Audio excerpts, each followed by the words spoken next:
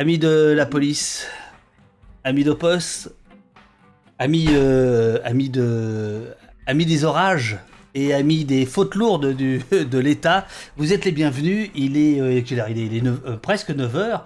J'ai l'immense bonheur de recevoir dans quelques instants un dénommé Slim Ben Achour, avocat. Numéro de TOC C1077. Est-ce que j'ai découvert qu'il y avait un site internet de juristes où on sait tout. Donc on sait quand est-ce que la date de prestation de serment, par exemple, le 20 février 1995. On va dire c'est un perdreau de l'année, ce maître Benachour. Voilà. Alors, ça y est. Alors,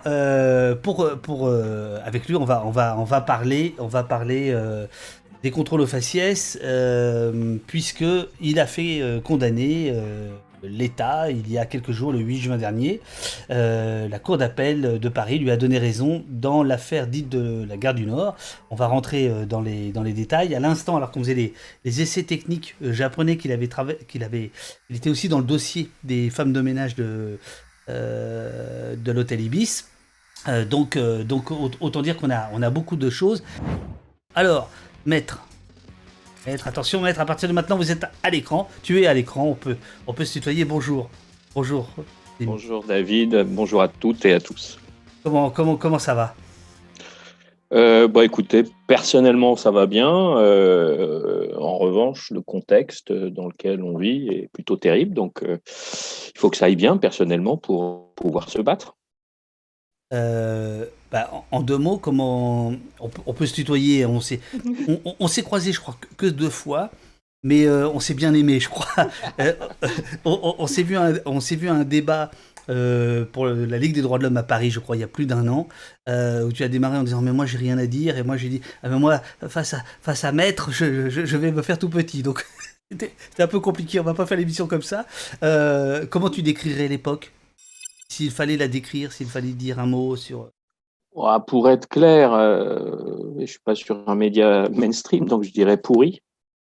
Pourri, 12 mois de résistance, de conviction, de travail s'annonce pour chacun d'entre nous, parce qu'on a un risque très très fort d'élire ce qui pour beaucoup était impensable il y a quelques semaines ou mois, mais en réalité qui a ses origines depuis bien longtemps, c'est-à-dire une personne d'extrême droite et derrière il y aura des législatives et on voit bien que la droite et une partie de la gauche pourraient tout à fait, pour des raisons opportunistes, retrouver un gouvernement, un exécutif euh, de d'extrême droite. Donc c'est terrible et on n'a pas les institutions, on n'a pas les contre-pouvoirs pour cantonner quelqu'un qui serait extrêmement dangereux. Il y a des expériences récentes aux États-Unis, au Brésil, mais il s'agit de pays fédéraux, il s'agit de pays, en tout cas pour les États-Unis, avec des contre-pouvoirs. Ils ont pu cantonner quelqu'un de dangereux et nous, ça sera très très compliqué. Pour ceux qui viennent de nous rejoindre, nous sommes avec Slim Manachour. Slim, c'est cet avocat qui a fait condamner l'État pour faute lourde pour la deuxième fois concernant les contrôles aux faciès. La première fois, c'était en octobre dernier pour une affaire de 2014-2016, et la deuxième, c'était là, il y a quelques jours, c'était mardi dernier. Enfin, Mmh. voilà, derrière, quoi.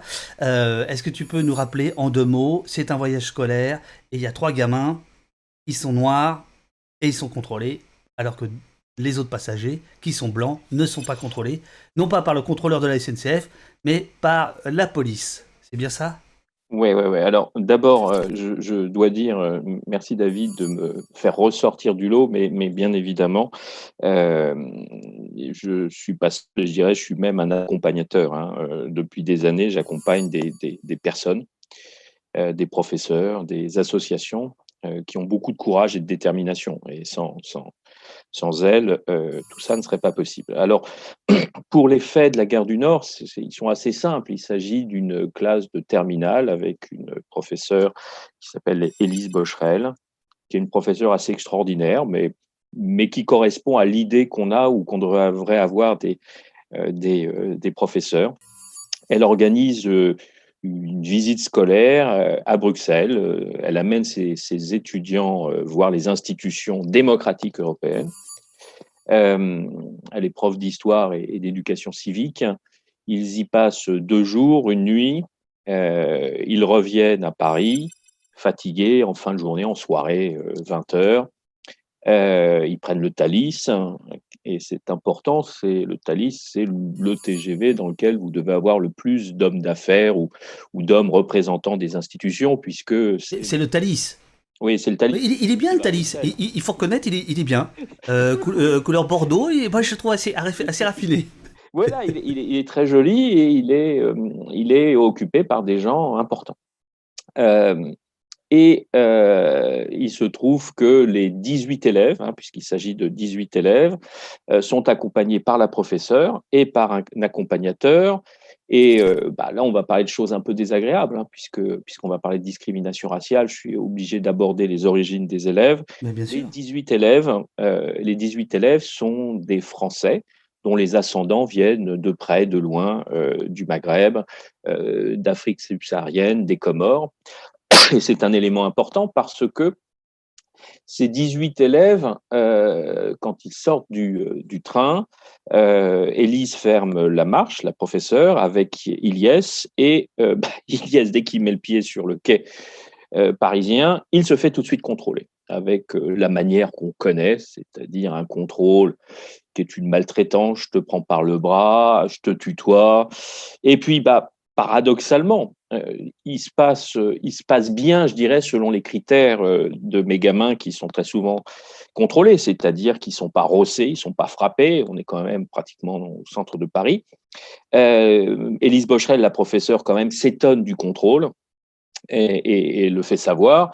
Mais De Guerlas décide, une fois le contrôle terminé, décide de rejoindre le quai, c'est-à-dire ses autres élèves, avec l'accompagnateur. Ils sont à 200, 300 mètres. Elle arrive dans le hall, et là, qu'est-ce qu'elle voit? 2 autres élèves qui ont leur valise éventrée à leurs pieds et qui sont contrôlés de façon un peu physique. Alors, Ouais. il faut préciser, parce que ça fait partie de la défense des policiers, ils ont des valises, des grosses valises, et le Thalys, c'est le Amsterdam-Paris, aussi. Exactement. Il faut quand même le rappeler. Et donc, pour la police, il y a, dans les contrôles, il y a l'idée de lutter contre les stupéfiants. C'est ça. Alors, je suis pas sûr que ce Thalys-là ait eu comme lieu de départ Amsterdam. Je me demande si c'est pas Si c'est pas Bruxelles. ouais, si c'est pas un Bruxelles-Paris directement. Mais l'intérêt aussi, c'est de dire que sur les 18 élèves, vous n'avez que 5 garçons. Oui. Donc, moi, je suis pas très fort en maths, mais je suis arrivé à faire le pourcentage de 3 garçons contrôlés sur 5. Ça fait 60% des garçons de la classe qui ont été contrôlés. Aucune fille n'a été contrôlée. Alors, le contrôle se passe mal. Tutoiement, rapport physique. La professeure veut s'interposer, elle est enceinte. Et à un moment donné, elle est contrainte de dire, écoutez, je suis enceinte, parce qu'elle est poussée par les policiers, et elle met pratiquement, un terme au contrôle parce qu'il va dégénérer. Oui. Elle est qui elle est, c'est-à-dire qu'elle ne souhaite pas laisser passer cette affaire. Elle essaye de déposer plainte le lendemain au commissariat. Les policiers, c'est quelque chose de fréquent, refusent de prendre la plainte. Et c'est en parlant avec des militants qu'elle décide d'envisager une voie judiciaire. Et c'est comme ça que l'histoire commence me concernant. Et l'idée, c'est de reprendre ce qu'on avait fait et qui a été couronné de succès devant la Cour de cassation, puisque la Cour de cassation, le 9 novembre 2016, confirmait la condamnation pour discrimination raciale. On a utilisé à peu près les mêmes règles. Sur une autre affaire. Oui, et je dirais, on était obligé, puisque malgré la décision de la Cour suprême, de l'ordre judiciaire, l'État n'avait absolument rien fait. C'est-à-dire qu'a priori, quand on est condamné par la plus haute juridiction du pays sur quelque chose d'extrêmement grave, parce que il ne faut pas banaliser cette discrimination raciale, elle est gravissime et on pourra en discuter. Bien sûr. Et donc, en réalité, ce deuxième contentieux un peu symbolique, on va voir, on a dépassé aujourd'hui le caractère symbolique du droit, mais il était symbolique parce qu'il venait non seulement sanctionner les faits dont Ilyes, Mamadou et Zakaria avaient été victimes, mais également la passivité de l'État depuis maintenant pratiquement 5 ans, de n'avoir absolument rien fait. Et donc là, vous le savez probablement, on est déjà dans la préparation de la 3e étape, c'est-à-dire qu'on est en train de préparer une assignation, une class action, une action de groupe. Je dois préciser que tu n'es pas un avocat au pénal, tu es un avocat au civil. Donc ça a son importance parce que les avocats au civil sont moins médiatiques que les avocats au pénal parce que il n'y a pas de sang, rarement. Enfin bon voilà, ça n'est pas exactement la même voilà la même chose. Alors j'accélère quand même. Le 8 juin, la cour d'appel finalement sur l'affaire de la gare du Nord te donne raison, sachant que en première instance vous aviez perdu avec un argument qui était assez intéressant, je trouve, que vous avez contourné. Le juge en première instance vous dit, mais au fond, la plupart des enfants de cette classe sont issus de l'immigration, donc fatalement, ceux qui sont contrôlés sont issus de l'immigration. Circuler, il n'y a rien à voir. Et en fait, vous faites appel et vous expliquez, là je crois que c'est important, vous expliquez, me semble-t-il, si j'ai bien compris les attendus de l'appel, que en fait, vous allez prendre exemple, non pas sur la classe, mais sur les voyageurs dans leur entier du train, et là on voit que les blancs, ils sont pas contrôlés. C'est ça. C'est très bien résumé, David, je ne vais pas être long. C'est vrai que très souvent, quand on fait un dossier sur le plan technique, la discrimination, alors ce n'est pas une obligation sur le plan juridique, mais ça sert, on a recours à la comparaison, une chose assez simple.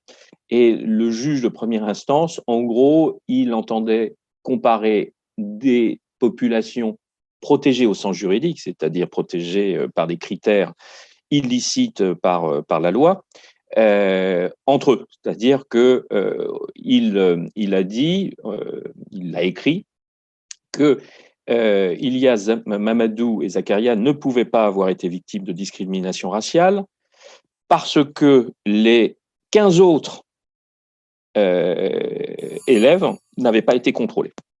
Or, bien évidemment, pour parler de discrimination, il faut comparer les personnes dont on parle, c'est-à-dire là des Français d'origine ou perçus comme tels étrangères, et les gens qui ne sont pas contrôlés. Alors, si on faisait du droit du travail, on parlerait de panel de comparaison. Donc, il fallait comparer avec les gens qui sortaient du Thalys. Et là, l'État avait les moyens. Moi, je suis absolument convaincu que soit il est incompétent, j'aimerais bien parier sur cette hypothèse, soit il a regardé les images des vidéos de surveillance, et il suffisait d'une simple chose, c'est de regarder, grâce à ces images, qui avait été contrôlé à la sortie du Thalys. Et d'après ce qui a été dit par les élèves, il n'y a que Mamadou, Ilyes et Zakaria qui ont été contrôlés sur, alors un Thalys, c'est entre 500 et 800 personnes. Alors, je reviens sur l'arrêt de la Cour d'appel, puisqu'en fait, ce que la Cour d'appel estime, ces éléments, ceux que tu viens de donner, constituent des indices de ce que les caractéristiques physiques des personnes contrôlées, notamment leur origine, leur âge et leur sexe, ont été la cause réelle du contrôle et mettent en évidence une différence de traitement laissant présumer l'existence d'une discrimination. Ah, ça, c'est la beauté du droit. Bon, il y aurait un mot, c'est racisme. Mais c'est mieux avec des virgules. Quand tu lis ça, quand tu reçois ça, qu'est-ce que tu penses? Qu'est-ce que tu te dis? C'est la victoire attendue? C'est ce que... Oui, alors c'est la victoire attendue, et en réalité, la victoire, elle est, comment dire, elle est plus belle que cette attendue, comme tu viens celui que tu viens citer. Parce qu'en réalité, la Cour d'appel vient dire 3 choses. 4 choses, je ne vais pas revenir sur la comparaison, qui est le cœur du problème, mais elle vient dire quelque chose auquel je suis extrêmement attaché, et pas le seul, c'est que la parole des enfants et de la professeure est entendue. C'est-à-dire que tu le vois dans la décision, elle est publique, cette décision. D'ailleurs, je pourrais vous la communiquer. à tous, cette décision, elle donne donc… Alors, je la mettrai, si tu m'y autorises, je mettrai la version anonymisée Exactement. sur mon Exactement. site, et comme ça, chacun pourra la lire intégralement. Exactement. Et donc, il y a quelque chose qui est extrêmement rare, c'est que dans ce type de contentieux, c'est que la parole, les juges vont donner de la place à la parole donc des mineurs et de la professeure et la considèrent comme crédible. Dans le même temps, je dirais symétriquement, elle dit, et c'est absolument terrible, hein, elle dit qu'elle ne donne pas de valeur probante à la parole des policiers, parce que dans l'un des contrôles, il y a eu un rapport qui a été rédigé pour les besoins de la cause 2 mois après les faits. Pour le premier contrôle d'Iliès, les autorités ont été incapables de retrouver les policiers qui ont procédé au contrôle. Oh, incapables. Incapable. Donc, elle dit, d'une part, ce rapport, il n'a pas de valeur probante. Hein, rappelez-vous quand même que normalement, la parole d'un policier, ça prévaut parce que en général, nous, on n'a pas, le citoyen, il n'a pas les éléments pour contester. Et elle va même plus loin, cette décision. Elle dit que la narration faite par les policiers, le ministère de l'Intérieur, la préfecture, c'est-à-dire l'État, est invraisemblable. C'est ça. Invraisemblable, voilà. Donc, d'une part, je donne beaucoup de crédit à la parole des enfants. D'autre part, la parole des autorités, la narration n'est pas vraisemblable. Elle n'est pas vraisemblable, tu y as fait référence tout à l'heure. Bien évidemment, pour habiller le biais qui a amené le contrôle d'identité, les policiers sont obligés de faire ressortir pour l'un des contrôles les raisons du contrôle. Alors, les arguments sont ridicules. Premier argument, on ne savait pas que c'était une classe, on pensait qu'ils avaient 25 ans. Alors, on ne sait pas pourquoi, d'ailleurs, un policier, a priori, s'il vous arrête, il veut vous contrôler, c'est qu'il s'est passé quelque chose. Et on ne voit pas pourquoi 25 ans, c'est pire que 18 ans, et que dans une classe, c'est très, très différent de ne pas être dans une classe, puisque ce qui doit encore une fois motiver le policier, c'est une infraction ou un risque d'infraction. Alors, excuse-moi, parce que là, je me fais, et c'est toujours un plaisir avec un avocat, l'avocat du diable, puisque le diable aussi a droit à son avocat. Il existe quand même, dans le code de procédure pénale, tout un tas de possibilités pour qu'un policier te contrôle à la gare du Nord. Il y a aux fins de rechercher des auteurs d'actes de terrorisme, d'infraction à la législation sur les armes, vol, infraction à la législation sur les stupéfiants. Dans ce cas, les policiers peuvent effectuer des contrôles d'identité indépendamment du comportement des individus visés. Donc en gros, c'est open bar quand même. Voilà, c'est très bien traduit, c'est open bar. Alors vous avez plusieurs motifs, hein, je ne veux pas nécessairement rappeler les motifs d'un contrôle. Vous avez l'équivalent du flagrant délit, vous avez les réquisitions du procureur, ce sont celles dont tu viens de parler, hein, ils ont fondé les contrôles d'identité sur des réquisitions, et les risques à l'ordre public. Et donc les réquisitions à l'ordre public se ressemblent un peu, et tu l'as bien résumé, c'est open bar, mais sur le plan démocratique, c'est une catastrophe, parce que c'est dans cette latitude, quel que soit le comportement de la personne. Oui. Quel que soit le comportement de la personne, en réalité, les contrôles d'identité dits de routine ne sont réalisés que sur un type de personne. Moi, je peux en discuter avec des copains qui approchent de la soixantaine. Ils sont en capacité de vous dire, et moi inclus d'ailleurs, que je n'ai jamais été contrôlé dans la rue. J'ai été contrôlé une fois en voiture, mais je n'ai jamais été contrôlé. Et moi, je vous parle de Mamadou, Zakaria, Ilyes, ils ont 17, 18 ans, ils ont déjà été contrôlés des dizaines et des dizaines de fois.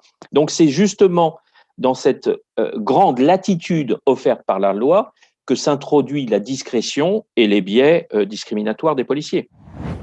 C'est en appel et on te demande, attends je vais te dire qui, parce que c'est Dadassiam 428, c'est une décision définitive où l'État peut-il encore faire appel? Alors, très bonne question, c'est donc… Non mais attends, Slim, ici on n'est pas chez les cons. Il n'y a que des bonnes questions. Ouais, et voilà, donc…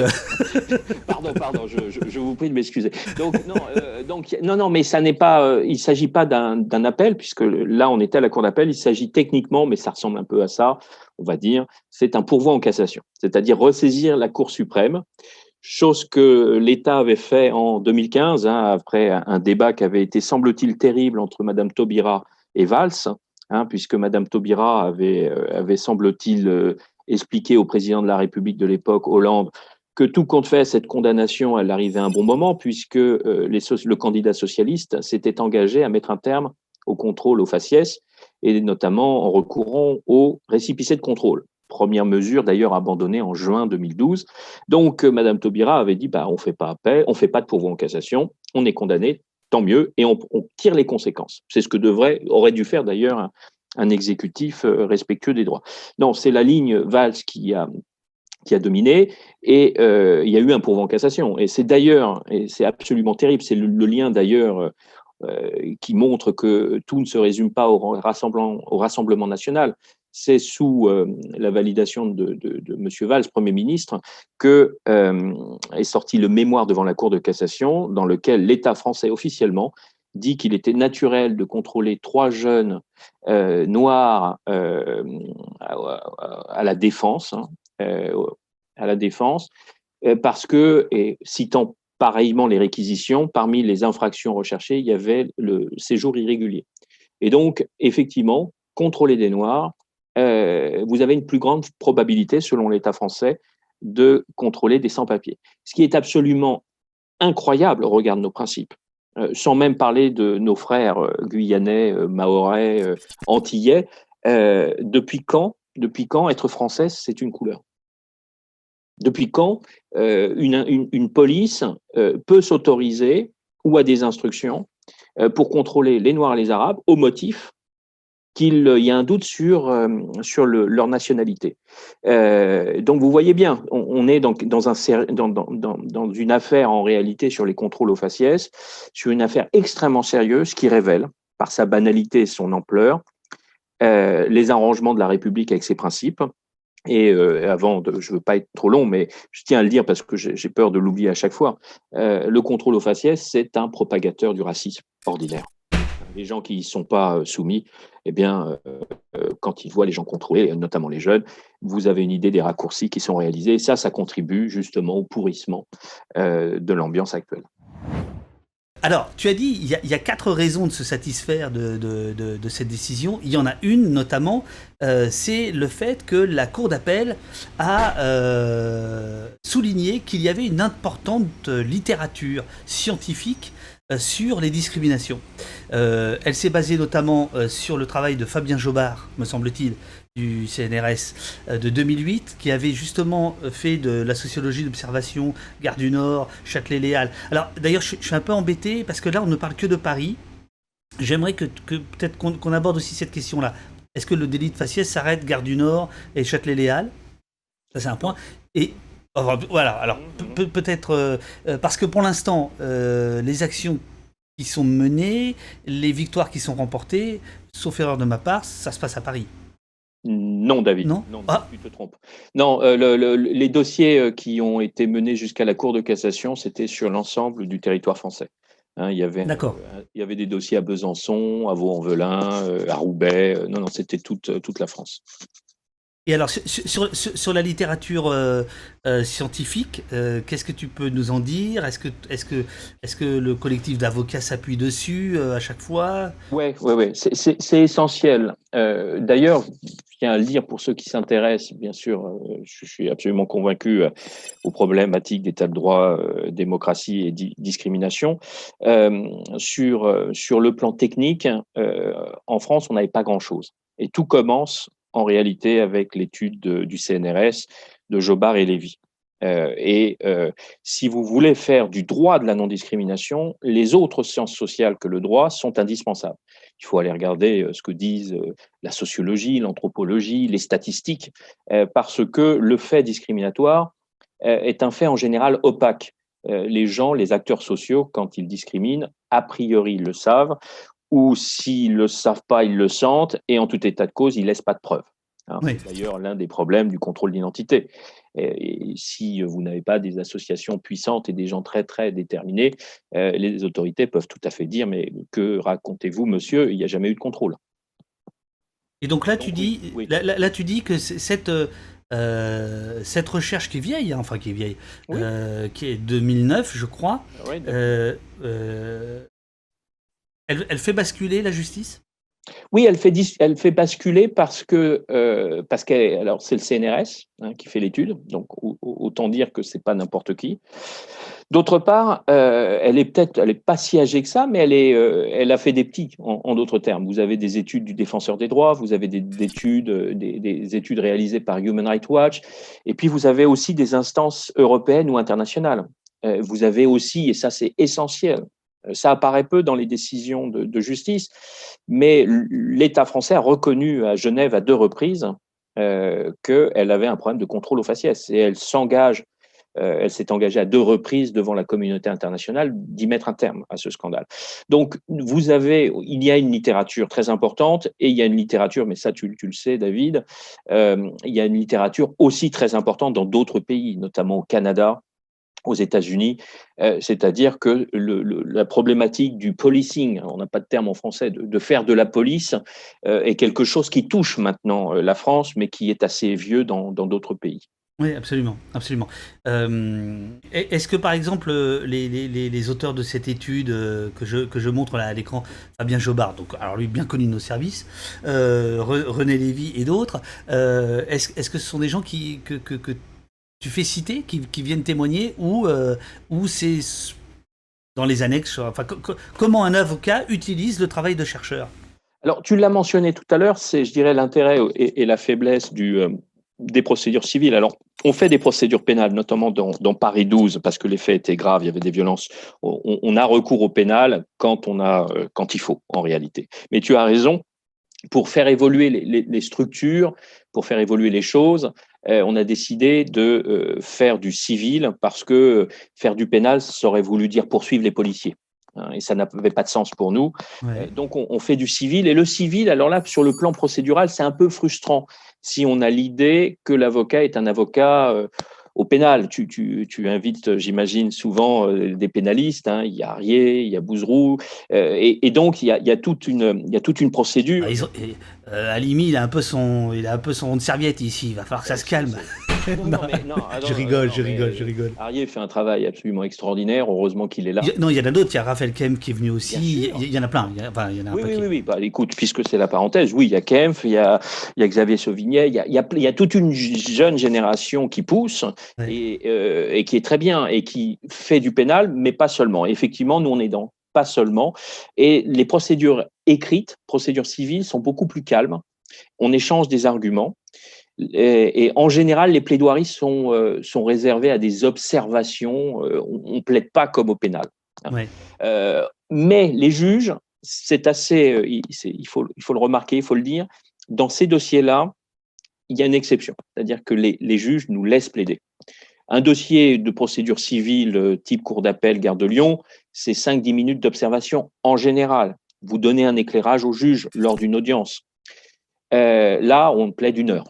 Parce que les juges savent que c'est important, parce que le défenseur des droits se déplace avec son avocat, parce que on demande très gentiment et officiellement au juge de nous laisser exceptionnellement un peu plus de temps.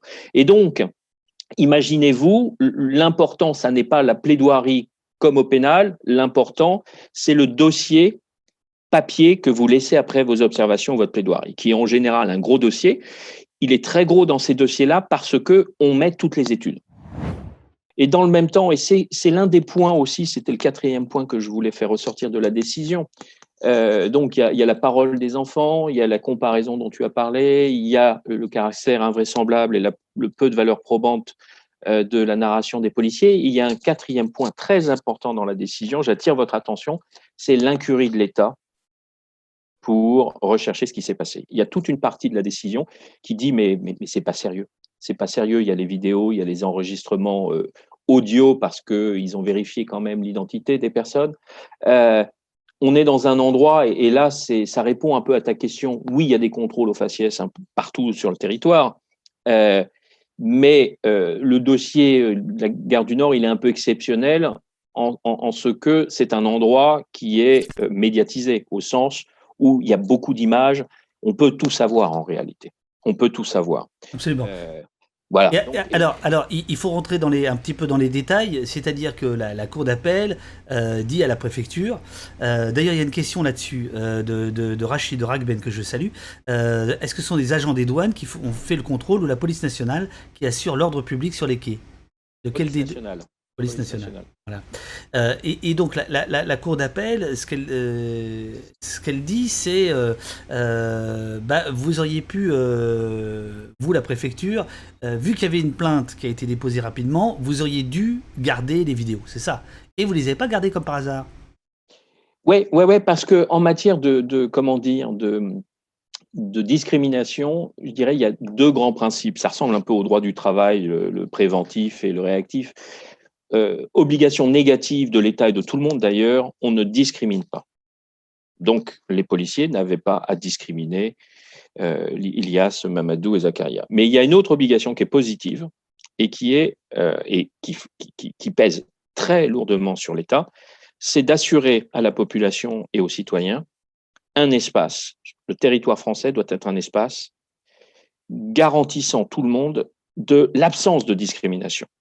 Et ça implique, quand il y a une allégation de discrimination, que les services de l'État, et là en l'espèce, ils avaient tout à disposition, conservent tous les éléments de preuve pour regarder. Et notamment, tu y avais fait référence, parmi les faits qui ont été avancés pour le contrôle, ils avaient de gros sacs dans lesquels pouvaient trouver place des fusils d'assaut.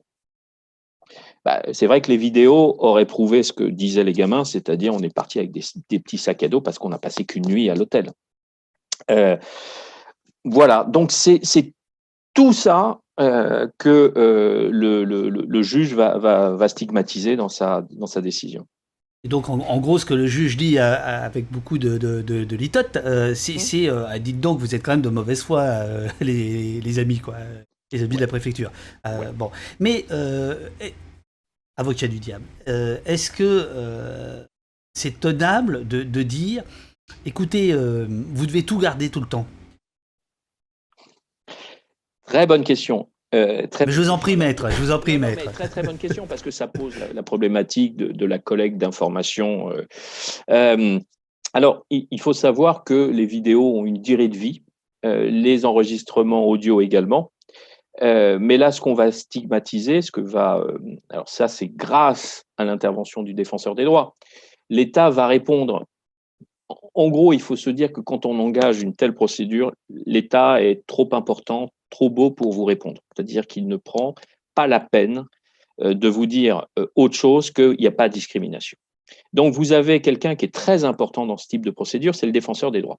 Et le défenseur des droits, il fait son instruction, sans vous le dire. Moi, je ne sais rien jusqu'à quelques jours avant l'audience où il fait un rapport. Et juste quelques jours avant l'audience, il m'envoie des pièces, et ces pièces, c'est les communications qu'il a avec l'État. Et là, on voit un État d'une totale mauvaise foi, qui va dire « Ah, comme c'est dommage, c'est ballot, les enregistrements audio ne sont préservés, je crois, que 62 jours. » Oui, mais enfin, dès quelques heures après le contrôle, grâce aux réseaux sociaux, les autorités, et c'est prouvé, il y a eu des échanges, s'inquiètent de l'allégation proférée par la professeure et plein de gens sur les réseaux sociaux. En tout état de cause, une semaine ou 15 jours après les faits, il y a une mise en demeure de l'avocat que je suis. Et il y a une assignation. Et pendant toute cette période, ils ont les preuves et ils ne les gardent pas. Donc, le juge a regardé justement la chronologie et dit, mais attendez, vous dites aux défenseurs des droits que tous les éléments sont écrasés, allez, on va dire un peu plus de 2 mois après les faits. Mais Benachour, il vous a écrit, il a signé avant l'expiration de ce délai de 2 mois. Donc, pourquoi vous ne lui avez rien donné? Voilà. On parle aussi d'un État qui est d'une grande opacité et qui n'est pas, et il faut le rappeler quand même, la police, ça doit traquer les délinquants, mais ça a aussi une autre vertu, et ça nous renvoie, enfin ça a une vraie vertu, ça nous renvoie à la Révolution française, c'est que les forces de l'ordre doivent garantir nos droits. Et donc, très souvent, le boulot d'un policier, c'est à la rigueur de se promener dans les rues de Paris ou ailleurs, de s'assurer que tout va bien, et surtout de ne pas me contrôler quand je ne fais rien du tout. Les objectifs, on pourra en parler, des policiers doivent changer. On te demande dans le chat, est-ce qu'il y a eu des sanctions sur les policiers ou pas? Ah, le sourire en dit long. Bah, je suis incapable de vous répondre, donc la bonne réponse c'est je ne sais pas. Maintenant, vu mon expérience, je vous dirais que ça m'étonnerait fortement qu'ils aient été sanctionnés parce qu'ils suivent des instructions où on tolère ce type de comportement. Question de Nagbava. J'ai le souvenir qu'une discrimination est démontrée avec des présomptions. On démontre que l'État a discriminé et c'est à l'État de démontrer que ce n'est pas le cas. Ai-je raison? Alors, j'ai pas entendu la deuxième partie. C'est à l'État de démontrer qu'il n'y a pas eu discrimination. C'est ça? Parfaitement résumé. Oh là là là là, je te le dis. Il est prêt. Il est prêt à rejoindre ton cabinet. Très, très bien. Alors, de manière plus générale, on va sortir de ce cadre-là, puisqu'il nous reste 20 minutes. Je voudrais qu'on aborde quand même comment on appelle ça en français, la class action? L'action de groupe. L'action de groupe. Alors, d'abord, avant ça, quand même, il y a eu en moins d'1 an 2 condamnations de l'État pour faute lourde. Est-ce que c'est si important que ça? Je veux dire, en dehors du fait que là, on est 600 à t'écouter, à regarder, à se satisfaire de ça, j'imagine, pour la plupart. Mais est-ce que toi, l'homme de loi, tu crois vraiment que c'est par la loi que les choses peuvent changer? Est-ce que ça nous apprend la patience? Est-ce qu'il faut savourer cette victoire? Est-ce qu'il faut sortir le champagne? Est-ce que, si je te dis, il y a eu quand même assez peu d'articles sur cette deuxième condamnation, et puis la troisième que tu ne manqueras pas de remporter, il y en aura encore moins. Voilà, je ne veux pas désespérer Billancourt, mais ni Benachour, mais... Non, mais tu poses une vraie question et je ne veux pas être dans une relation bilatérale avec toi parce que je connais un peu ton parcours. Je sais que tu as travaillé ailleurs. Et ce que je note, c'est qu'en France, ta question, elle, pour moi en creux, en tout cas ma réponse, c'est qu'on n'a pas de culture juridique. Ouais. On n'est pas élevé en France avec l'idée que on a des droits fondamentaux. Hein, je veux dire, les principes de 1789, ils sont étudiés à l'école et très peu étudiés dans un cadre historique, mais sur nos droits à nous. Sur nos droits à nous, je note que on ne connaît pas nos droits. Moi, je me souviens, j'ai été un peu assistant professeur en CP en Californie à une époque, quand j'embêtais un gamin de 5-6 ans et il me parlait du 5e amendement, c'est-à-dire je fais ce que je veux, quoi. Ou il me parlait de la Constitution américaine. Et j'étais éberlué parce que ça n'existe pas dans mon pays. Ce qui amène, et notamment à gauche, et je pense que c'est l'un des problèmes de ma perspective, c'est qu'on considère que le droit, pas sans raison d'ailleurs, est l'expression de rapports de force, est l'expression de l'oppression organisée. Il n'empêche que cette critique, moi, je ne peux pas la porter parce que je suis dans une forme de conflit de logique ou d'intérêt. J'ai décidé d'être avocat. Pour être totalement intime avec vous, j'ai décidé vraiment de me mettre sur les discriminations. Alors, j'étais déjà sur les discriminations, mais de façon un peu massive après la mort de Ziad Ebouna.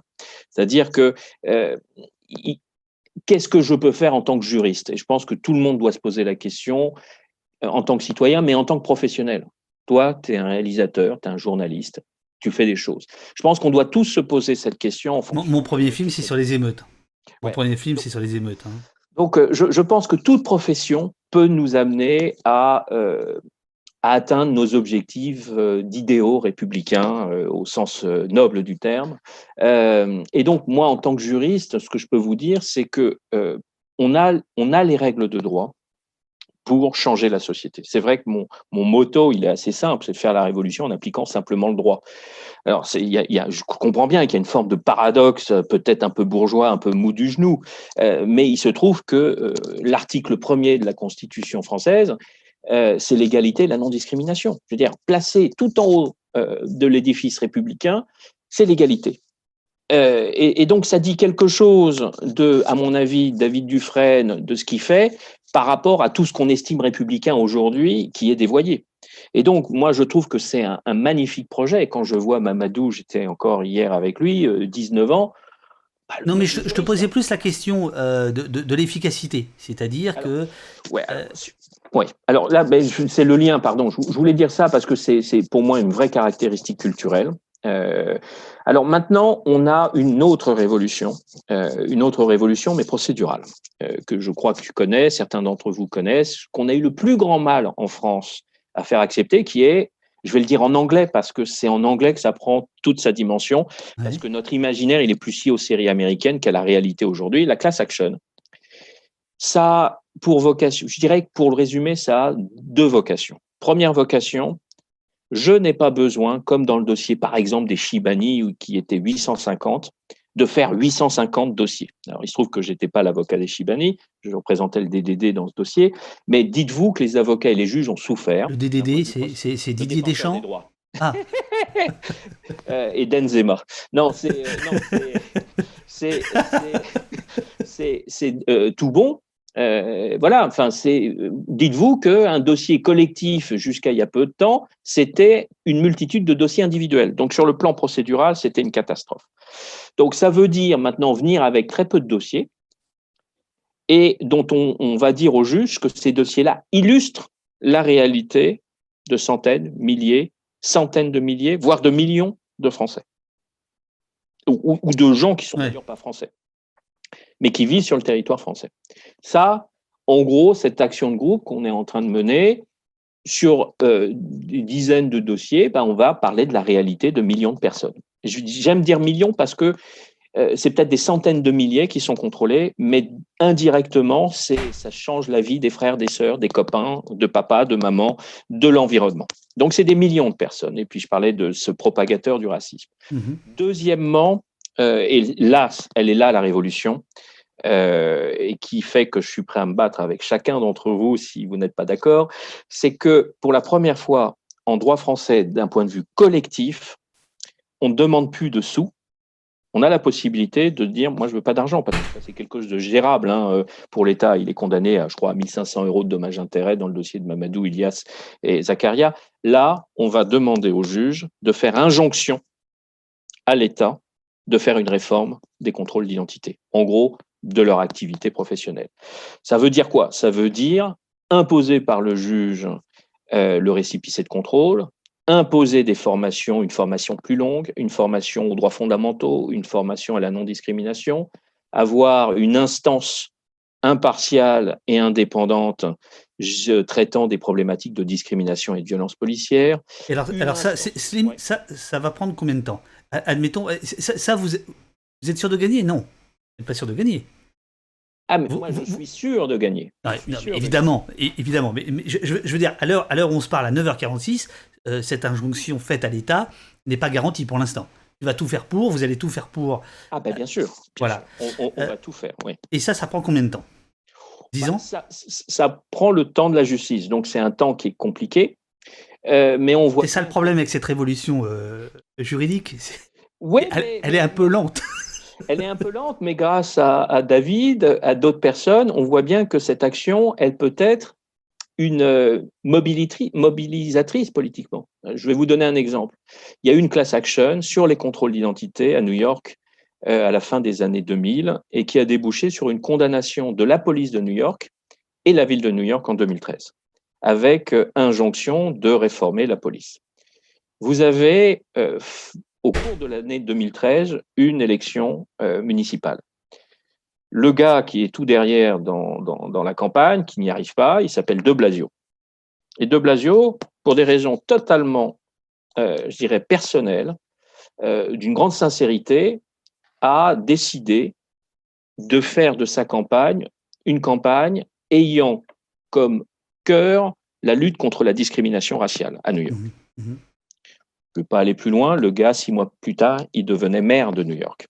Et que, voilà, ce que je veux vous dire, c'est qu'il y a effectivement la lenteur de la justice que va donc initier les 6 organisations, plus Antoine Lioncan, qui est l'avocat qui mène l'équipe juridique.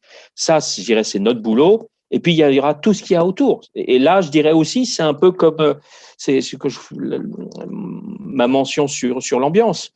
Chacun d'entre nous aussi a une responsabilité. Et j'ai pas de doute sur le fait que les gens qui nous écoutent aujourd'hui sauront se mobiliser sur des bonnes nouvelles comme celle-là.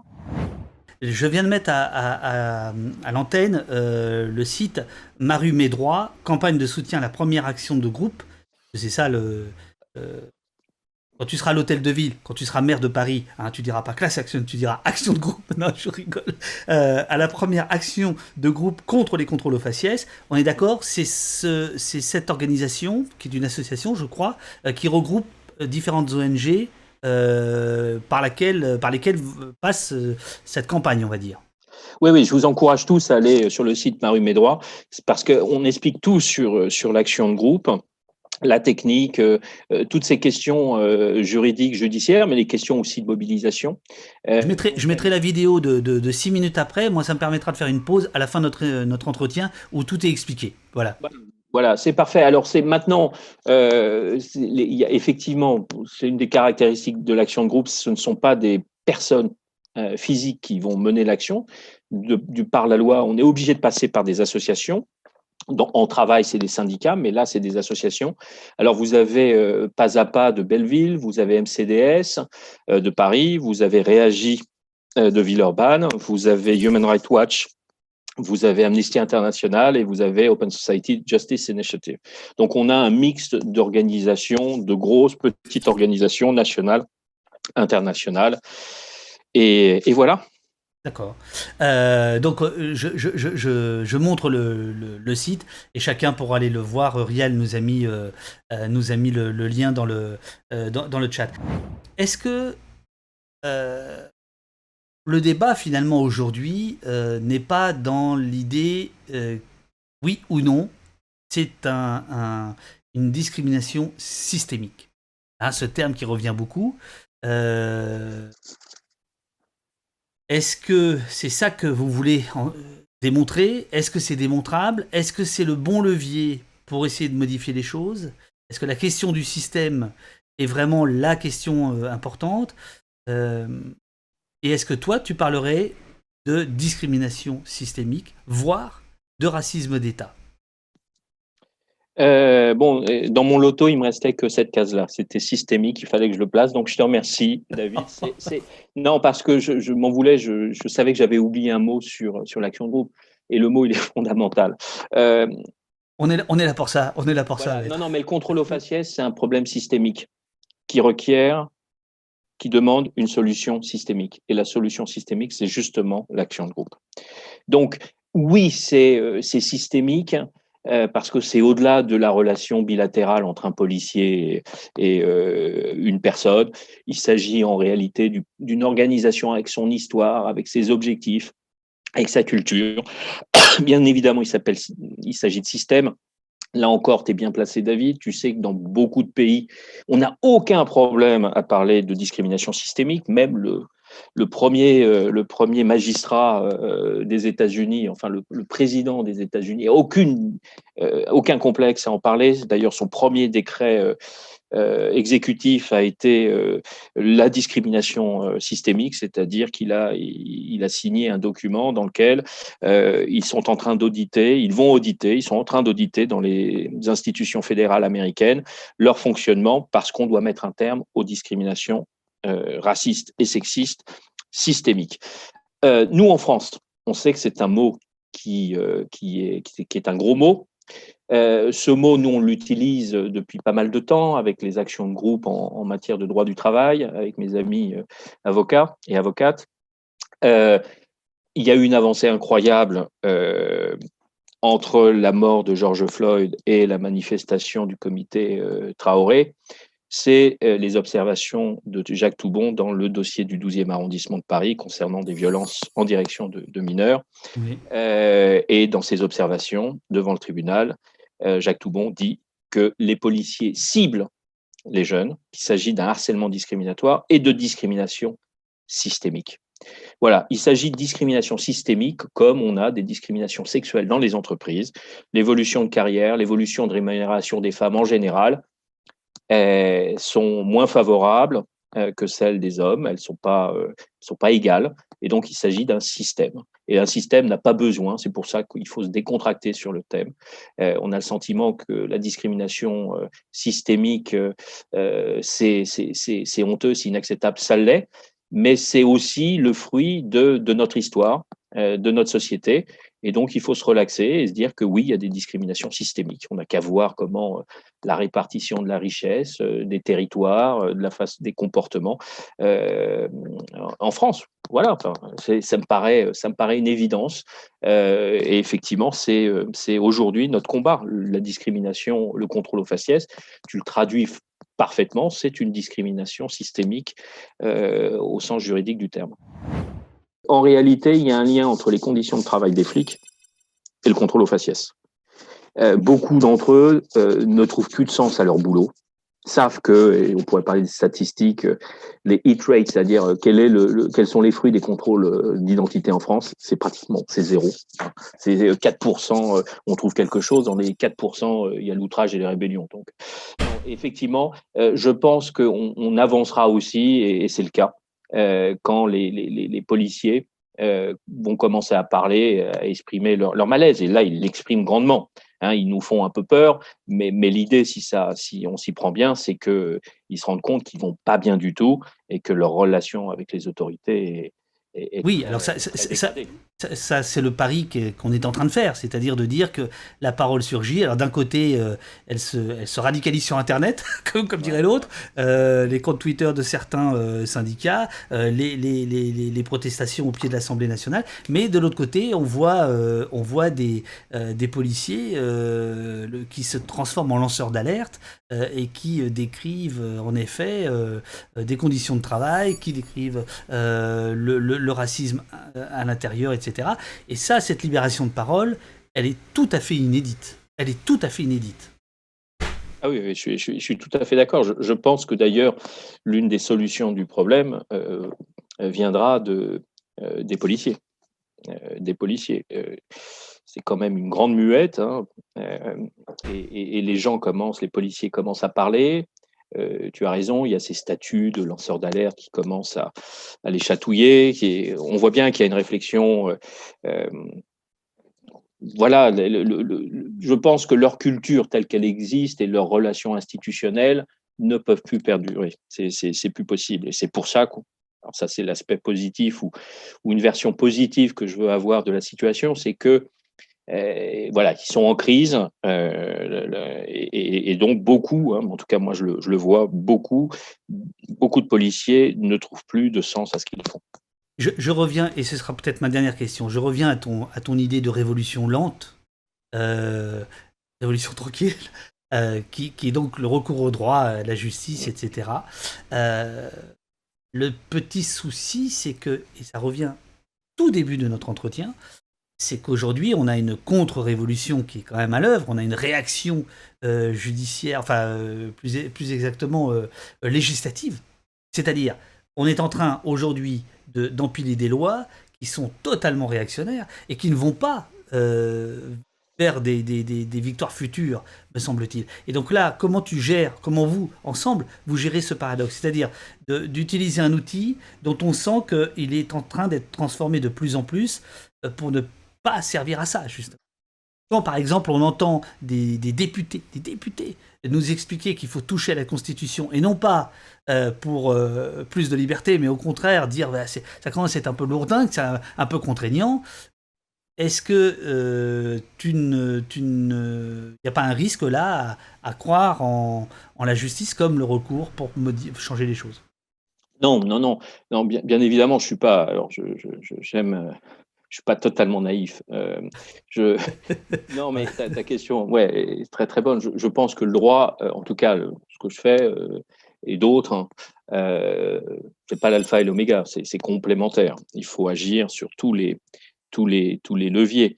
Bon, maintenant, quand tu vas sur nos méta-principes, enfin, une démocratie, Montesquieu, c'est 3 pouvoirs. Tu vois qu'en France, on a un pouvoir exécutif hypertrophié, avec une police hypertrophiée, avec un parlement qui est une caisse enregistreuse. Et on n'a même pas un pouvoir judiciaire, on a une autorité judiciaire. Donc on est dégradé en termes de qualité démocratique. Et je crois vraiment que à notre petite échelle, le droit, alors je vais être très prétentieux, la class action, c'est pas une petite échelle. C'est pour moi de faire du droit et du droit très républicain qui est de nature à permettre à tout le monde de reprendre confiance.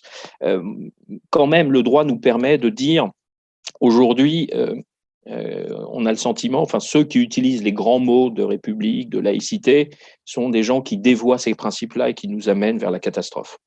Moi, je suis absolument convaincu que ce que tu fais, David, ce que beaucoup d'entre vous, j'imagine, font, ce que je fais, va dans le bon sens.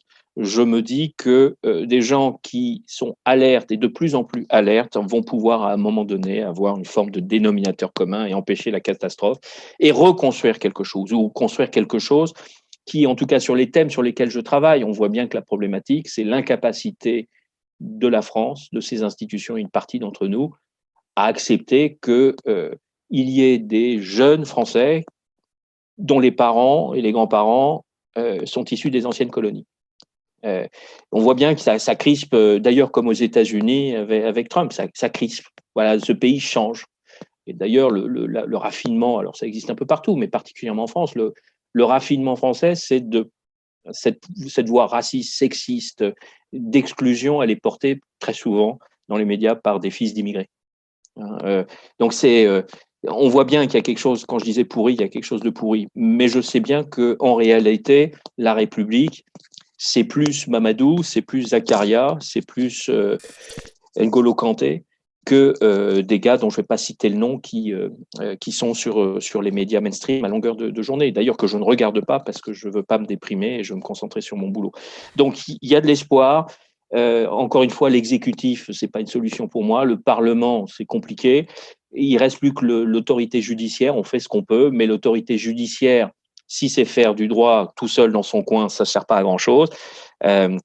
Et je me dis que si dans l'exécutif, si dans le parlementaire, si dans le pouvoir judiciaire, on bouge. Et puis j'oublie le quatrième pouvoir, David. Tu vois comme quoi je vais bien terminer. Il faut que des David Dufresne et des gars comme vous, ça se démultiplie. Ça se démultiplie afin que de lever le niveau de conscience. Non, mais attends. D'abord, il y en a beaucoup, tu le sais très bien. Il y a depuis 20 ans, 30 ans, il y avait le MIB, il y a eu plein de collectifs. Voilà. Après, voilà, il y a la question de la médiatisation, mais ça, c'est autre chose. Mais en fait, il y a quantité de gens, voilà, qui. Mais je suis d'accord, mais on n'atteint pas une masse critique. Non. Voilà, c'est pas, bien évidemment, j'ai oublié de le dire, merci, mais ce qu'on fait sur le plan juridique s'inscrit dans un mouvement qui a 50, 60 ans. Mais c'est vrai que notre particularité, c'est d'utiliser un peu plus le droit, de façon proactive. On n'est pas en défense pénale quand les militants sont attaqués. Là, on va attaquer le cœur du pouvoir. Mais moi, je pense, pour tout vous dire, si j'ai juste 30 secondes, en 2016, du fait des discussions que je pouvais avoir avec des associations, je leur posais la question de savoir quels étaient les préparatifs en termes juridiques qu'ils pouvaient mettre en place si Le Pen était élu. L'idée ne me venait pas de nulle part. Aux États-Unis, élection de Trump le 8 novembre 2016, il prend le pouvoir en fin janvier 2017. Les associations, les militants, les citoyens, les universités se sont mobilisés pour faire des recours judiciaires qui ont été déposés le jour de son élection. Notamment contre son Muslim ban, tous les projets discriminatoires ont pu être pas nécessairement arrêtés, mais retardés.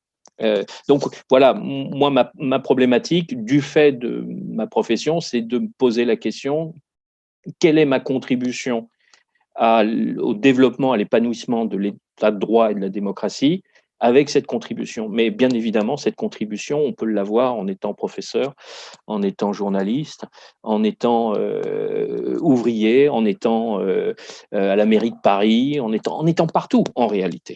En réalité, on a besoin de se parler et de se rappeler que les vrais principes, pas les principes formels, mais les principes effectifs, la non-discrimination, c'est juste prendre l'égalité au sérieux. Je veux dire, ça ne mange pas de pain. Bien, maître. Non. Oh non, oh, fini là-dessus. Fini là-dessus. Là t'as gagné. Bon, bah, écoute, voilà, on reste là-dessus. Non, en plus, Vraiment. Ouais, il faut prendre nos droits au sérieux. Et vraiment, je pense, c'est très prétentieux, je m'en aperçois en voyant ta mine, mais je le crois, on peut ah non, pas changer du la tout. Ah non, non, société. non, non, ah non, non, non, non, non, non. Mais je te parlais de la révolution. Je pense qu'on peut vraiment changer la société en appliquant simplement nos principes fondamentaux. Voilà, il faut les prendre au sérieux, c'est tout. Hein, et c'est l'un des problèmes. Voilà, il y a beaucoup qui disent, bah, c'est des droits formels. Le problème, c'est qu'il y en a beaucoup qui veulent que ces droits soient effectifs, c'est-à-dire qu'ils soient pris au sérieux. Et là se pose la tension qu'on a aujourd'hui. Une demande d'égalité, c'est une demande noble, digne. Voilà, c'est un lien avec la fraternité et la liberté de tous. Tiens, je viens de terminer par le triptyque de la République, c'est pas con, hein? C'est pas con, maître. Bon, bonne matinée à toi. Merci beaucoup. Félicitations à toi et à tous ceux avec qui tu as collaboré. Enfin, vous avez collaboré ensemble pour cette victoire. Je te dis à bientôt. Tu reviens quand tu veux au poste. Il y a un truc que j'aimerais bien faire, c'est une espèce de club de la presse des avocats. Vous mettre ensemble. Tu vois, ça serait pas con parce qu'on a quand même des particularités. Tu as raison, ouais. on vient de tradition. Il y a les travaillistes, il y a les pénalistes, il y a les civilistes. C'est vrai qu'il y a un truc qui prédomine chez nous, tu le sais, c'est les pénalistes. Oh, ils nous Plein font de chier. raisons. Non, je rigole. Mais on voit bien quand le ministre actuel parle de la justice très souvent, et c'est normal, c'est sa culture pénaliste qui parle en premier. Bien Et sûr. il oublie que, par exemple, le gros contentieux en France, c'est le contentieux du travail. Oui, absolument, absolument. Mais tu sais, aussi, parce qu'au poste, c'est pas que la police.